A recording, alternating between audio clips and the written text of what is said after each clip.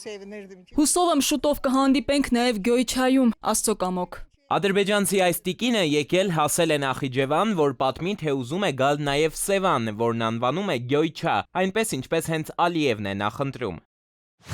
Չնայած Հայաստանի իշխանությունների պնդումներին, թե հայ-ադրբեջանական խաղաղության բանակցություններից արցախցիների վերադարձի միջազգայինորեն ճանաչված իրավունքի հարցը հանելով օրակարգից դուրս են բերել նաև այսպես կոչված արևմտյան Ադրբեջանի փախստականների թեման, որոնք իբրև թե Հայաստանից են տեղահանվել, Նախիջևանում հավաքված ադրբեջանցիներն, այդ թվում Ալիևի քաղաքական զինակիցները, որոնք նաև այդ երկրի իշխանության կազմում են, հակառակն են հայտարարում։ Օրինակ Միլի Մեջլիսի փոխխոսնակը Զիաֆեթ Ասքերովը, ով վստահորեն պնդում է, թե մեջբերում նախագահ Ալիևը արևմտյան Ադրբեջանի հարցը սահմանել է որպես ազգային օրակարգի կարևոր ուղղություններից մեկը։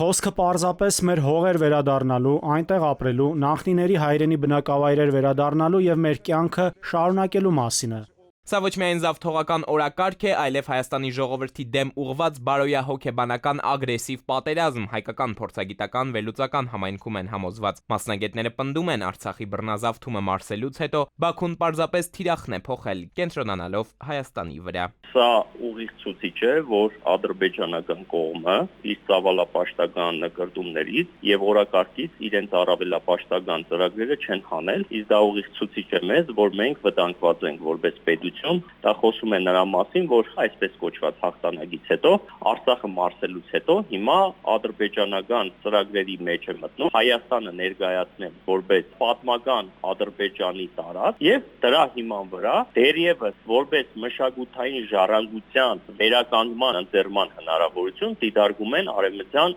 Ադրբեջան վերադարձի մասին իրենց այդ ակնարկները։ Սա այն դեպքում, երբ հայկական կողմը հստակ թվերով միլիմետրի ճշտությամբ ճանաչել է Ադրբեջանի տարածքը, ընդ որում ադրբեջանագետը հիշեցնում է, Ալիևը այսպես կոչված արևմտյան Ադրբեջանի թեզն օրակարգ բերեց հենց դրանից հետո, կոնկրետ 2022-ի Պրահայի հանդիպումից հետո, երբ վարչապետ Փաշինյանն ուղիղ ձևակերպեց, թե ճանաչում է Ադրբեջանի տարածքային ամբողջականությունը, ներառյալ Արցախը։ Իրականում խնդիրը միայն քարոզչական կամ քաղաքական հայտարարությունները չեն, այլ խնդիրը այն խորքային ծրագիրն է, որը ընթանում է Ադրբեջանում։ Տեսնում եմ, թե ինչքան, որքան շատ պետական ռեսուրս է դրվում այս գործին եւ շատ բարձր տրամաբանական հարց պետք է ինքներս մեզ տանք։ Եթե Ադրբեջանը չունի Հայաստանի հետ կապված որևէ տարածքային նկարտում, հետագայում պատերազմ սանձազերծելու մտադրություն կամ Հայաստանի տարածքների նկատմամբ որևէ ագրեսիվ քայլեր ձեռնարկելու ցանկություն, ապա ինչու է այսքան շատ պետական ռեսուրս դրվում այս վտանգավոր եւ պատմական հենքից զուրկ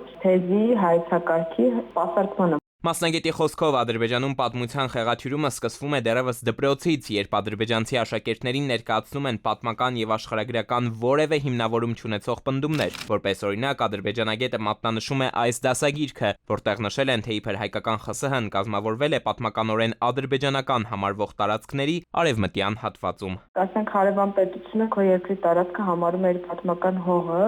եւ ակտիվ քարոզչություն է իրականացնում, որ դու իրենց հեղասպանել ես։ Դա կարող է հանգեցնել Ռամիլ Սաֆարովների նման կերպարների հայտ գալուն։ Որևէ կերպ այդ քարոզչությունը, որը ընթանում է Լեռնային Ղարաբաղի հակամարտության շրջանում եւ որը բոլորը փորձում են կապել բացառապես Լեռնային Ղարաբաղի հակամարտության արկայության հետ, չի դադարեցվում։ Հիմա արդեն հավակնությունը Հայաստանի Հանրապետության տարածքի նկատմամբ է։ Միևնույն ժամանակ Ալիևը շարունակում է թիրախում պահել նաև Հայաստանի սահմանադրությունը, պահանջելով, որ մայր օրենքի նախաբանից հեռացնենք անկախության հռչակագրի հղումը։ Ըստ Բաքվի, սա խաղաղության պայմանագրի նախնական ստորագրությունը վերջնական դարձնելու ճանապարհին մնացած միակ խոչընդոտն է, մինչդեռ հենց Ադրբեջանի սահմանադրությունը վերից վար Հայաստանին ներկայացվող հավակնություններ է պարունակում։ Բացի այս, ադրբեջանական զինված ուժերը շարունակում են տնավորված մնալ ինքնիշխան Հայաստանի հողերում, որոնք զավթել են դեռ 44 օրյայից հետո։ Էդուարդ Պողոսյան, ժամը լրատվական։